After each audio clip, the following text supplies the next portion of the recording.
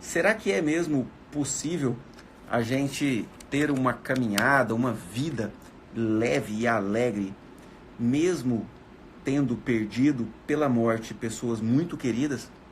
Será que é mesmo possível viver tranquilo e seguro, mesmo diante da possibilidade da própria morte? É disso que a gente está falando hoje.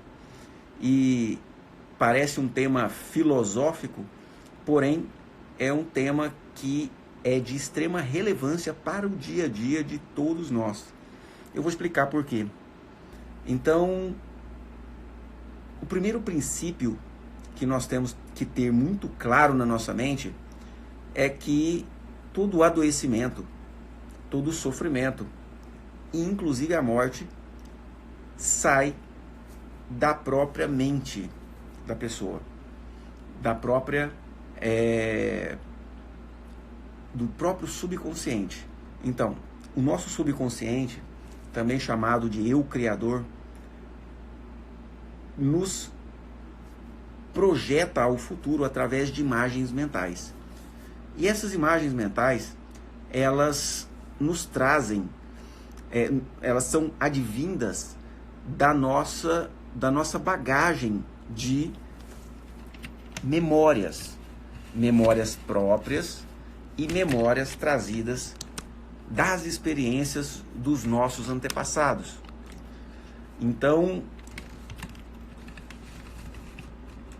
quando eu tenho um olhar para a morte com pesar, com dó, com raiva, revolta muitas vezes, quando eu tenho um olhar para a morte e a considero injusta ou injustificada, eu, por incrível que pareça, caminho para a morte. Olha só, simbolicamente, nós sempre caminhamos na direção para a qual nós estamos olhando. E quando nós temos um olhar muito fixo para as pessoas que morreram do meu sistema familiar, seja irmãos, sejam pais, avós, sejam filhos que tenham morrido, nós também caminhamos para a morte. E através de um mecanismo que o Bert Hellinger chamou de amor cego. O Bert traz uma imagem que ilustra nitidamente o que é o amor cego. E, por incrível que pareça, todos nós vivemos em algum nível o amor cego, trazendo sofrimentos para a nossa própria vida, trazendo dificuldade profissional, financeira, sensação de tristeza, sensação de insegurança, dificuldade nos relacionamentos de casal, problemas de saúde físico e até a própria morte, através desse mecanismo inconsciente chamado amor cego, que o Bert Hellinger descreveu, e trazendo uma contribuição fantástica para a psicologia, para a psicoterapia, para o entendimento do ser humano. O Bert traz uma imagem que é a seguinte: imagine só uma mãe e um filho. E essa mãe em seu leito de morte. Ambos sabem que a mãe vai morrer. A mãe sabe que vai morrer. E esse filho sabe que a mãe vai morrer. Qual é o desejo desse filho? O que a alma dessa criança mais anseia? Livrar a mãe da morte. E nesse desejo de livrar a mãe da morte, esse filho olha para essa mãe e lá na alma dele ele pensa: mamãe, eu morro no seu lugar. É como se fosse uma barganha com Deus, uma barganha íntima, aonde essa criança deseja se dar em sacrifício da mãe. É como ela diz, a criança diz: eu por você, mamãe, eu por você me darei em sacrifício. E como essa mãe se sentiria? Ou por um outro lado, um outro pensamento infantil incoerente de onipotência, que todos nós tivemos vários na nossa infância e que persistiram no nosso interior na vida adulta. É essa criança olhar para sua mãe e dizer: mamãe, a senhora está indo embora, a senhora está morrendo, mas eu não vou deixar a senhora sozinha não. Eu vou com a senhora para a morte. Eu te sigo para a morte. E esse desejo reverberando na alma dessa criança vai fazer com que o adulto não necessariamente morra. E mesmo essa criança não necessariamente morra, mas caminhe para a morte a vida inteira, através do sofrimento, dos mais variados. Então, todo sofrimento que você vive hoje sai da sua própria mente, enquanto você esteja identificado através da revolta com as mortes do sistema familiar.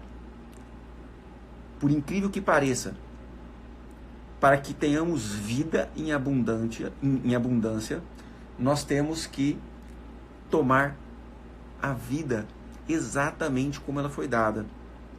E a vida, junto com a vida, vem a morte. Junto com a vida vem a possibilidade da doença, assim como junto de um relacionamento de casal vem a possibilidade da separação. E conviver com essas possibilidades futuras trazem ao nosso coração uma certa aflição, uma certa dor.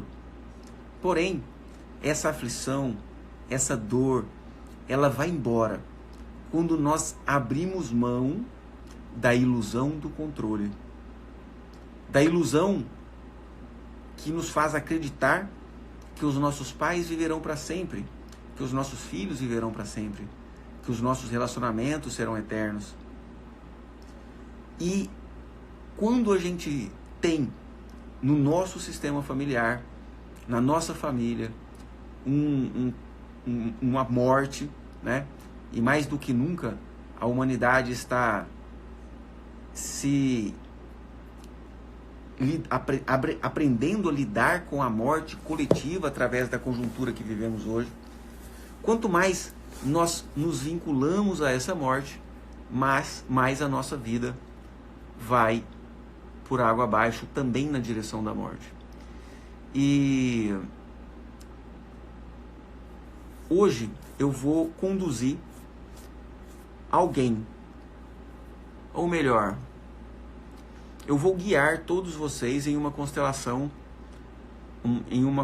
conduzida, em uma autoconstelação conduzida, uma meditação sistêmica, semelhante às que a gente tem trazido nas outras lives, tá?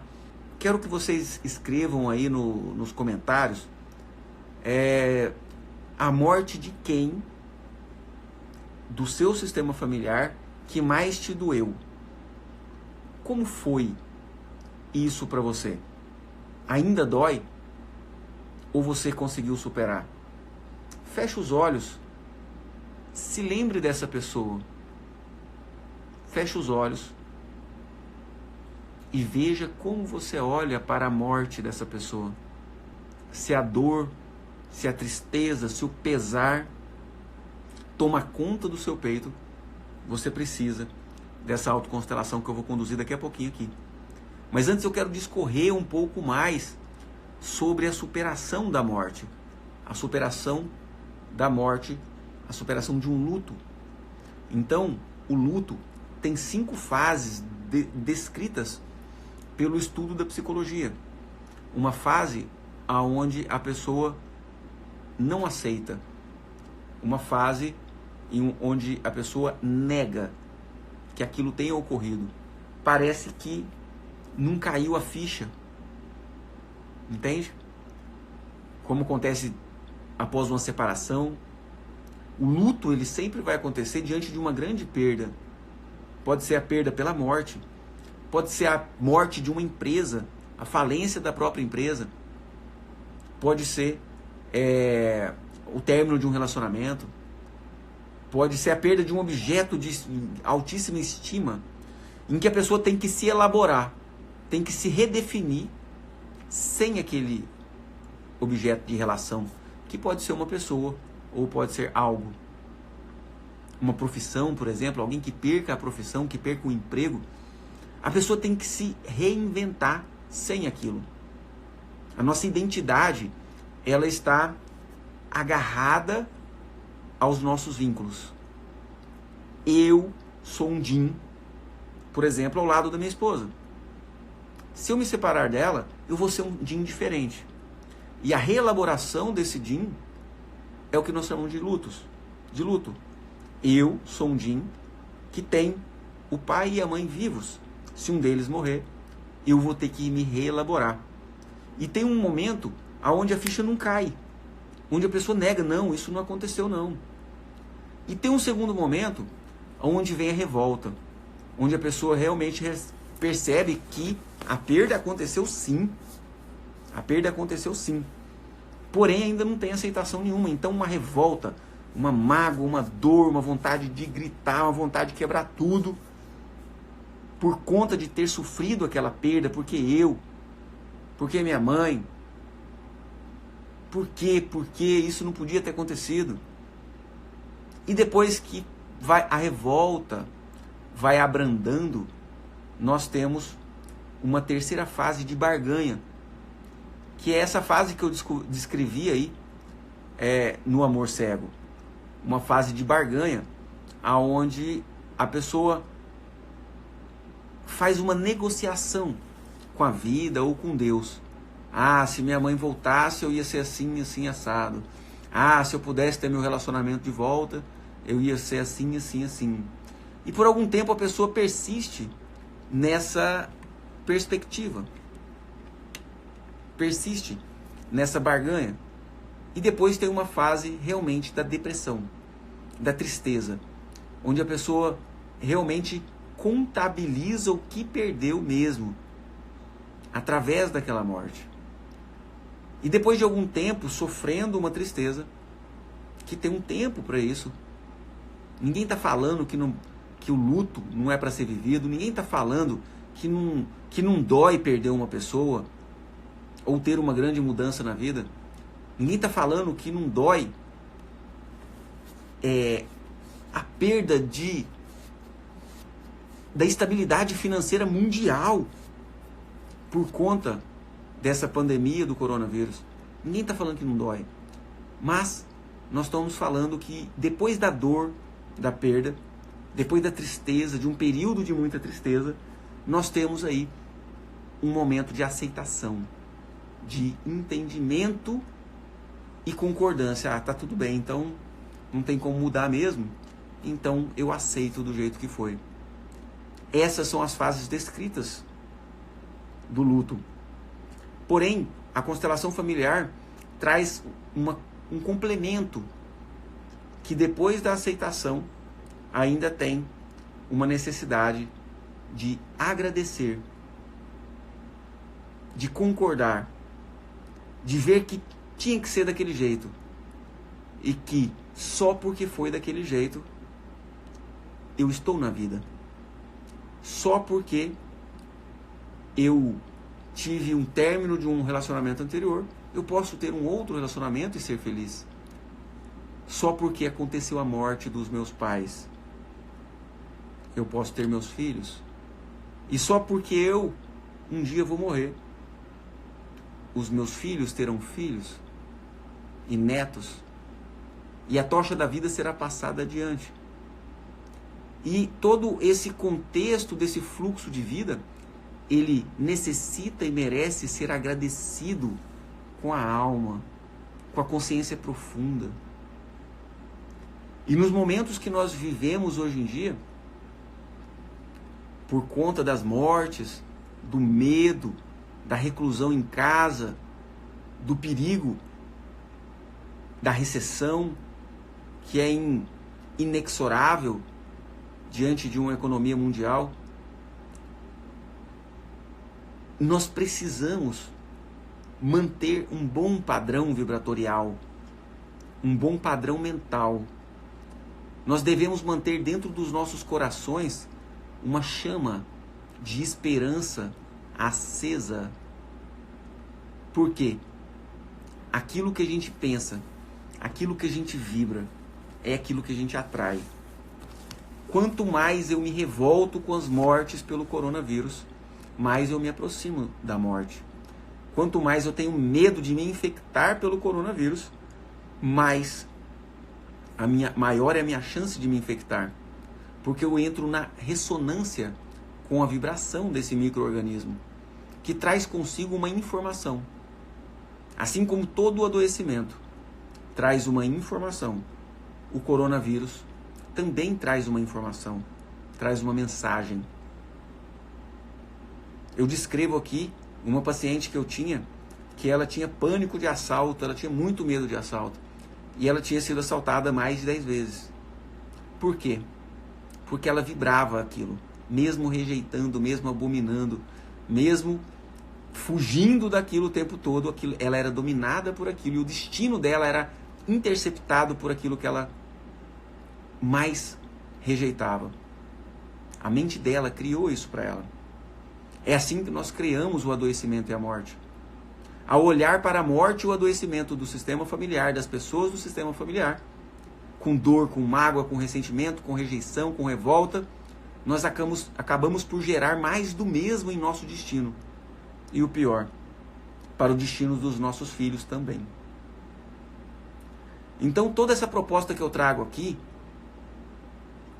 cobra um preço alto. Como aceitar e agradecer a morte de um ente querido? Não é simples, mas é possível. A motivação, ela vai ser não pela arrogância do desejo do controle, mas vai ser para livrar as próximas gerações, para livrar o meu próprio destino desse mesmo sofrimento, de adoecimento e de morte. Qual seria a grande mensagem dessa pandemia que nós estamos vivendo hoje? Porque nós temos um ser humano como um sistema. Um ser humano é em si um sistema com um componente emocional, intelectual, físico, energético, informacional, um ser humano. Uma família, e esse ser humano tem as suas necessidades, os seus impulsos e os seus caminhos. Uma família é um sistema que também, da mesma forma, tem os seus vários componentes e as suas necessidades, impulsos de destinos e de autorregulação, através das leis sistêmicas, que são da hierarquia, do pertencimento e do equilíbrio na relação de troca. Toda uma cidade é um sistema, todo um país é um sistema, toda a humanidade é um sistema. Quando um adoecimento pega toda a humanidade, é porque a informação desse adoecimento, a mensagem que esse adoecimento quer trazer, é para toda a humanidade. Assim, quando você adoece, quando eu adoeço, eu tenho uma mensagem para receber. Os adoecimentos, eles vêm através das exclusões, através das rejeições de pessoas ou episódios do passado. Então eu acredito que a grande mensagem do coronavírus seja: olha, gente, vocês não controlam nada. Simples assim. Quando a gente pensava que a humanidade tinha adquirido uma estrutura econômica, comercial, trabalhista, globalizada, mais ou menos tranquila, de repente, bum, uma outra mensagem. Vocês precisam uns dos outros. Toda a humanidade precisa se unir nesse momento. Não tem mais bandeira de partido político, de nação. Está todo mundo em busca de ter vida, da vida. Essa é uma outra grande mensagem. A aceitação da incerteza do futuro. Porque olha só, aqueles que mais temerem, aqueles que mais passarem medo, aqueles é os que terão os seus sistemas imunológicos enfraquecidos por esse estresse e poderão até adoecer com mais facilidade. Nós precisamos tomar essa mensagem que esse momento nos traz. Dias Alderina está trazendo: eu não aceitava minha mãe ter me deixado, queria ter ido com ela, hoje aceito a morte. É exatamente esse sentimento que o Bert Hellinger descreve nessa figura, onde a criança está no leito de morte da mãe, desejando ir com ela, ou desejando morrer por ela. Mas aí eu te pergunto, como essa mãe se sentiria quando essa criança olhasse nos olhos dela e dissesse: minha mãe, eu vou morrer com você? Essa mãe se sentiria muito pesada, muito culpada, não teria paz nem para morrer. Mas como se sentiria então ambos se a postura dessa criança fosse outra? Quando eu falo dessa criança, gente, eu estou falando da criança que está dentro de você, que faz o tempo todo esse mecanismo de amor cego. Por que o amor é cego? Porque a criança só consegue ver, a criança interior, e o adulto na revolta, obviamente, só consegue ver o amor que ele tem pelo ente querido. E aí ele fala: eu vou morrer por você. Só que olha o amor que o ente querido tem por esse mais novo, que quer que esse mais novo prossiga na vida. Então, como seria o sentimento de ambos se essa criança olhasse para sua mãe no leito de morte e dissesse: minha mãe, eu faria qualquer coisa para tirar a senhora daí, para salvar a senhora, mas isso é impossível. Eu sou só uma criança, eu sou pequeno diante da senhora. Deixo com a senhora esse destino que a senhora escolheu. E me comprometo, mamãe, em fazer algo de bom com isso. Eu me comprometo, mamãe, em te honrar na vida. E se algum dia eu tiver filhos, eu contarei para eles como a senhora foi forte para passar por todo esse sofrimento. Eu honrarei o seu sofrimento e a sua morte na vida, no sucesso e na realização. Como se sentiria essa mãe? O tamanho da paz que ela teria para morrer naquele momento, para realmente descansar. E é essa a proposta. É esse o olhar que nós necessitamos fazer para as mortes e para os mortos do nosso sistema familiar. Organize terapia está trazendo. Pode ser perda da identidade própria? Sim. Claro, a gente perde uma identidade para ganhar outra. Né? Vamos supor uma pessoa que é empresária e ele é empresário, ele trabalha lá há 20 anos naquela empresa, crescendo naquela empresa e puf, ele quebra. Olha o que vai acontecer. E é a coisa que vai acontecer agora bastante. Essa pessoa, ela tinha uma identidade própria como empresário. Sem a empresa é outra identidade. Essa mudança de uma identidade com empresa para uma identidade sem empresa é que é o luto, é que é essas fases, que só vai se encerrar quando a pessoa conseguir tomar aquilo exatamente como foi. A Cristiane está trazendo, antes de engravidar, eu morria de medo de pré-eclâmpsia e perder meu filho. Aconteceu os dois.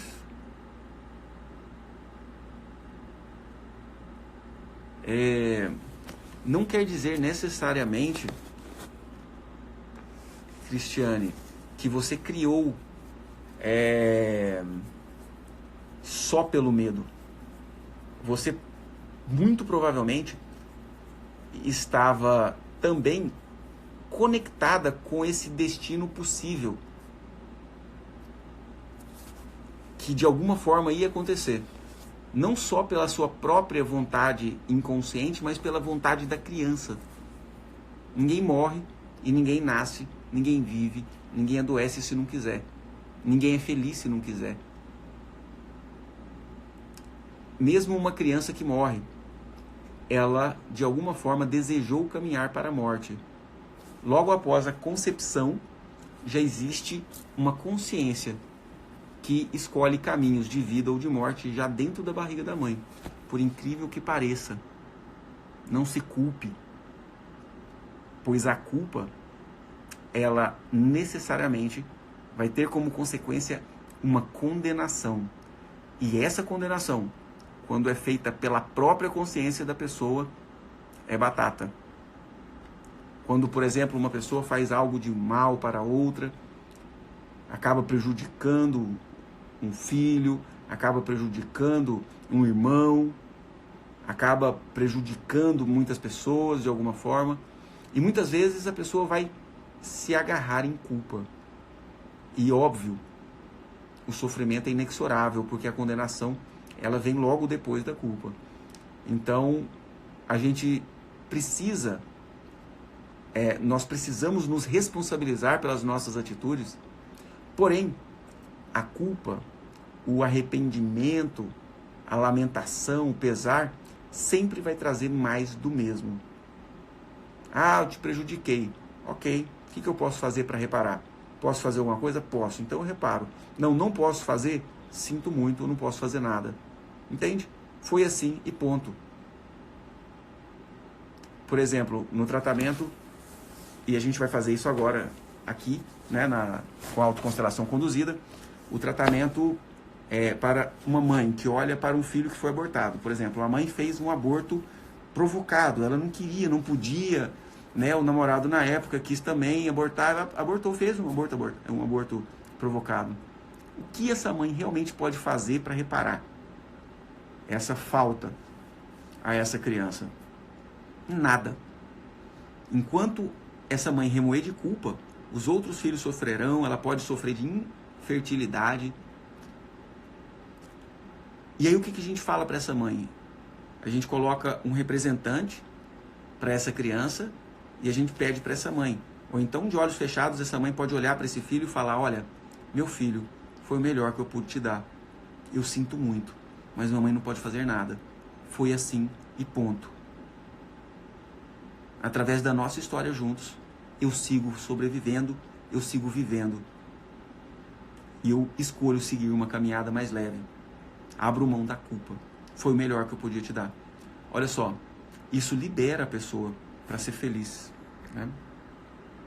Então, eu quero que vocês já, como atividade da nossa autoconstelação conduzida de hoje, você já vai mentalizando aí as mortes do seu sistema que mais doeram. Para quem está aqui pela primeira vez, a autoconstelação conduzida é realizada de olhos fechados, sentado ou de pé. Eu prefiro deitar, dá muito sono na maioria das pessoas, e mesmo sentado, eu gosto de fazer assim, e eu recomendo, como eu acho melhor para mim. Eu acho que talvez seja melhor para a maioria, mas mesmo sentado, ganhar o centro de gravidade do corpo, estar com a coluna ereta. Então, durante os próximos 10 minutos, você vai estar comigo nessa autoconstelação conduzida. É um processo extremamente profundo e transformador, não é brincadeira. Então, fala para o pessoal da família aí, vou precisar de ficar um pouquinho sem ninguém me encher a paciência aqui, sem ninguém me atrapalhar. Se for o caso, vai para um quarto, tranca a porta, pede licença para o pessoal, coloca um foninho para você poder realizar essa autoconstelação conduzida agora, beleza? Então vamos lá. A gente sempre começa uma autoconstelação com um exercício de respiração. E nós vamos fazer agora 10 respirações seguidas. 10 respirações seguidas pela boca. A respiração feita dessa forma, chamada respiração conectada, ela nos ajuda a expandir a mente, tá bom? Antes eu fazia 20 conectadas de Leonardo Orr, pode ser também, mas hoje a gente vai fazer 10 seguidas, ok? Junto comigo, a respiração é feita pela boca, é importante que você faça, ainda antes de fechar os olhos, olha aqui para mim. Você pode puxar o ar, fazer um biquinho, para não ressecar a boca, e na hora de soltar, você pode soltar o ar com a boca um pouco mais aberta. 10 vezes, vamos lá? Ó, então, ó.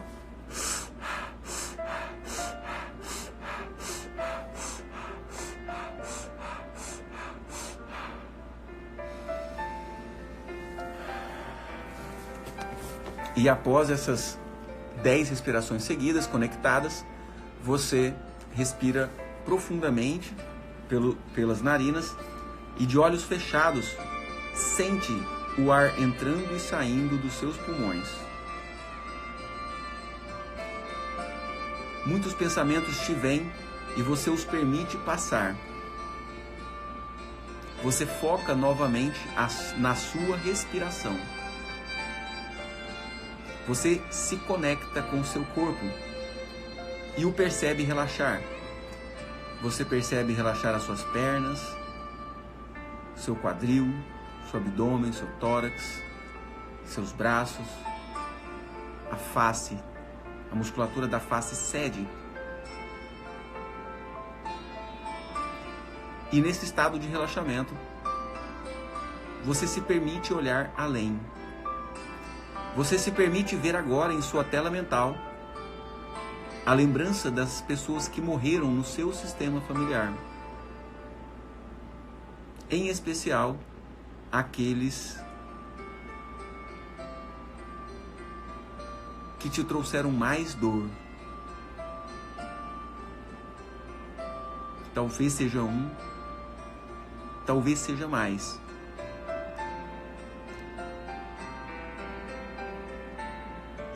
Talvez sejam alguns que você nem conheceu, mas que de alguma forma você sempre sentiu uma saudade. Olhe para essas imagens que representam essas pessoas e em voz alta você diz: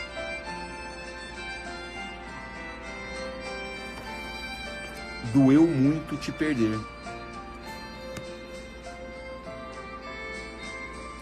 Eu sofri muito quando você se foi.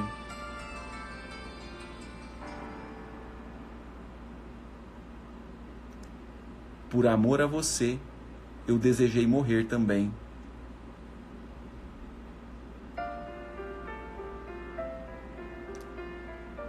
Por amor a você, eu vivi triste.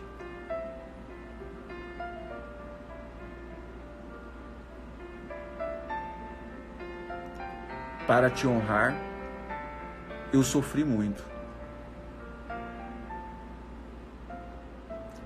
E sofria até hoje. Mas agora basta. Repita em voz alta, mas agora basta. Eu cansei de sofrer.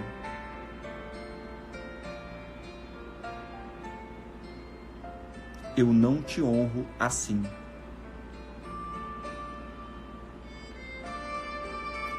Agora eu vejo a realidade.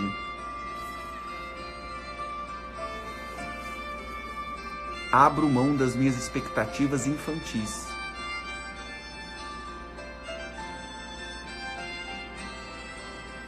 De mudar o seu destino.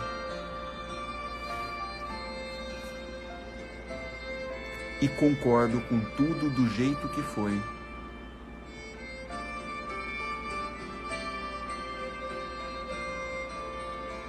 Eu respeito as suas escolhas.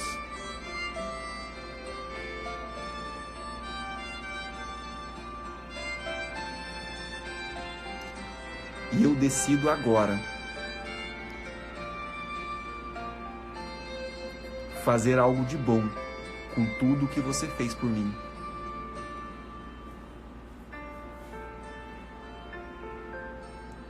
Vou para a vida e vou fazer valer a pena.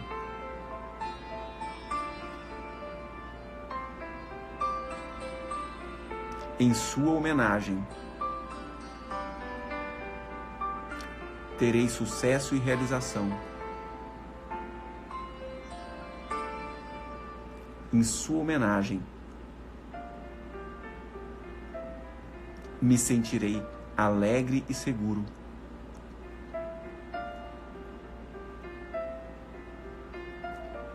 Contarei sobre vocês aos meus descendentes.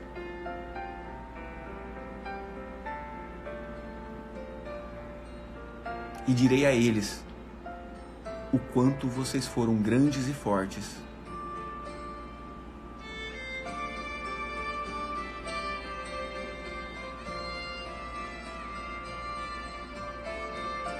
A partir da morte de cada um de vocês,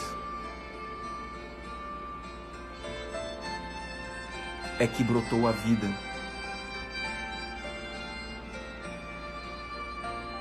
Não faz sentido eu reclamar. Não faz sentido eu me revoltar.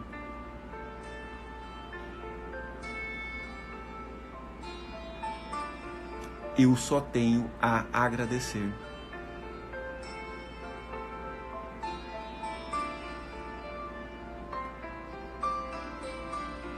Agora eu sigo o meu caminho.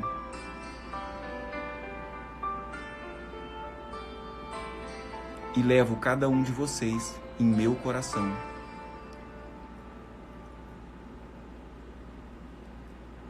Como a força da experiência de vocês.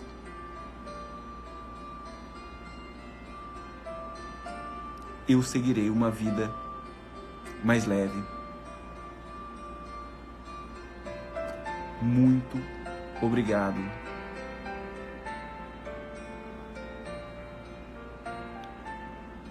E olhando para esses entes queridos, ou este ente querido que está aí na sua frente, você simplesmente o abraça, ou os abraça.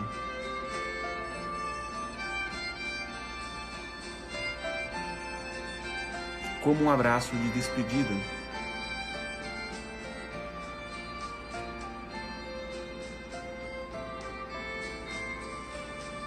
Que permite ir. E que permite ficar com a vida. E trazendo a leveza do alívio, você vem voltando para o aqui e para o agora.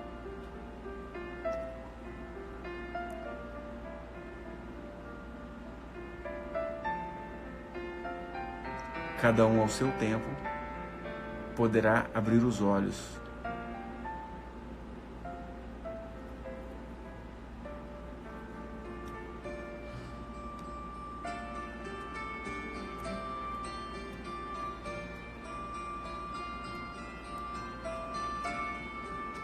E aí, pessoal?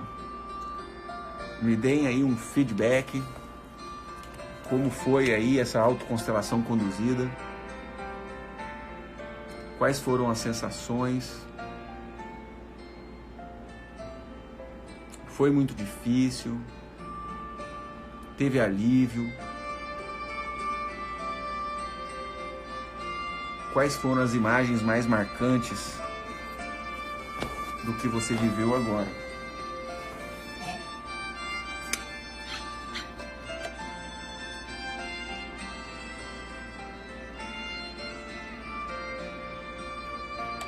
É legal a gente perceber que quando a gente começa a olhar para a imagem desses mortos, eles nos olham com tristeza, ou a gente os vê no seu leito de morte ou dentro do caixão. E aí a gente percebe que depois a gente faz o movimento da alma de incluir isso no coração, eles nos olham sorrindo, eles nos olham alegres. E isso é um grande acesso ao campo informacional. Quando esse familiar antepassado, na imaginação da gente, olha sorrindo, é porque é exatamente como ele te olharia diante dessas palavras. É exatamente o que o campo de experiência daquele antepassado nos diz. Lembrando que não tem nada a ver com o espírito, tá, gente? Quando a gente visualiza essas imagens, a gente visualiza a imagem no campo informacional, ou inconsciente coletivo, ou também chamado campo morfogenético, que é a memória das famílias que todos nós temos do nosso sistema familiar. Irene, senti aperto no coração. Irene, depois que você fez as falas, o aperto diminuiu ou cessou? Porque é isso esperado. O aperto no coração nada mais é a dor que você sempre sentiu pela morte dele, ou dela, ou deles. E quando você desiste da dor, o normal é o aperto do coração ir embora. Se o aperto do coração não for embora, é porque talvez você não tenha desistido da dor ainda. E esse olhar com gratidão, com reverência, com alegria, ele pode ser repetido, repetido, repetido. Refaça essas falas de gratidão, reverência e alegria incondicional para os seus antepassados que morreram. Concorde com o destino deles. Devolva para eles a dignidade de escolher os seus próprios destinos e não a dó. Gente, a dó humilha demais. Como você se sentiria se alguém dissesse: olha, eu tenho dó de você? Como você se sentiria? Péssimo, né? É assim que os nossos antepassados que morreram se sentem quando nós olhamos para eles com dó. É uma relação interpessoal fora do tempo e do espaço, porém que acontece em tempo real o tempo todo. Entende? Um bisavô, uma bisavó que você nem conheceu está no campo informacional familiar e você acessa o campo de informação deles o tempo todo. E existe como se fosse uma conversa, aonde você agradece ou aonde você rejeita e sente revolta. E essas personalidades, essas experiências, esses fragmentos de experiências gravados no campo informacional se manifestam como se tivessem vida, com o desejo de serem reconhecidos, simplesmente o desejo de pertencerem, simplesmente com o desejo de ter o seu lugar de dignidade na história familiar. Isso é uma lei sistêmica da inclusão, do pertencimento. Eu disse agorinha e repito, quando a gente faz uma autoconstelação conduzida, assim como quando a gente faz uma constelação com bonecos, com a ajuda de um terapeuta, a gente paga um preço. A gente paga um preço de dar uma cutucada na ferida, entende? É igual, tem um monte de sujeira debaixo do tapete. Aí você vai lá limpar, vai subir poeira para todo lado, vai ser doloroso, vai ser difícil, mas pelo menos depois, o alívio vem depois, ele é muito mais profundo. Então, a gente se permite sofrer um pouco mais agora, para não ficar sofrendo em outras situações do nosso cotidiano. A gente aceita sofrer um pouco agora para que os nossos filhos não necessitem sofrer também. A Patigônia está trazendo: eu choro sempre de emoção em revê-los. Sim, é bom que chore. Mas à medida que você for repetindo a autoconstelação conduzida, que é justamente esse olhar para os mortos com aceitação, você vai vai chorar de emoção, vai se sentir emocionada, mas vai ser sempre, de agora para frente, uma emoção cada vez melhor. Até que vai chegar um momento em que você vai olhar para os mortos do seu sistema familiar e vai sorrir, e vai agradecer, e vai dizer: olha, tá tudo bem, eu respeito o seu caminho. E eu respeito o seu caminho, não é só para quebrar o galho do antepassado, não. Vamos sair dessa arrogância. Eu respeito o seu caminho, é para eu poder ter um caminho que eu quiser, não uma repetição obrigatória daquilo que eu rejeito. Toda dor, assim como um sintoma ou uma doença, ela vem trazer uma mensagem, vem representar algo que está sendo excluído. Você pode muito bem incluir aquilo que a dor representa através da inclusão da própria dor. Então, muitas vezes eu estou em processo de autoconstelação, eu sinto um peso nas costas, aí eu digo a esse peso, ó, você faz parte de mim. Ou se dá palpitação, eu respiro como se o ar estivesse entrando e saindo no meu coração. Como se aquela palpitação tomasse conta de todo o meu corpo. Como se cada célula do meu corpo palpitasse também. Ou seja, eu recebo o que aquela palpitação quer me dizer. Mesmo sem saber o que. Mas eu recebo. E de repente a palpitação acaba. De repente o peso nas costas acaba. Quando eu acolho o sintoma que vem na hora da constelação, o sintoma físico, eu já estou acolhendo também o trauma, mesmo sem saber qual é. Galera, lembrando que nós temos aí o nosso grupo do Telegram. Quem quiser participar, tem o link na nossa, no nosso perfil aí do Instagram. Tá bom, gente? Muito obrigado pela participação de todos vocês. Aperta nesse aviãozinho aí, marca um monte de gente aí para eles verem essa live aqui, tá bom? Beijo para vocês e até mais.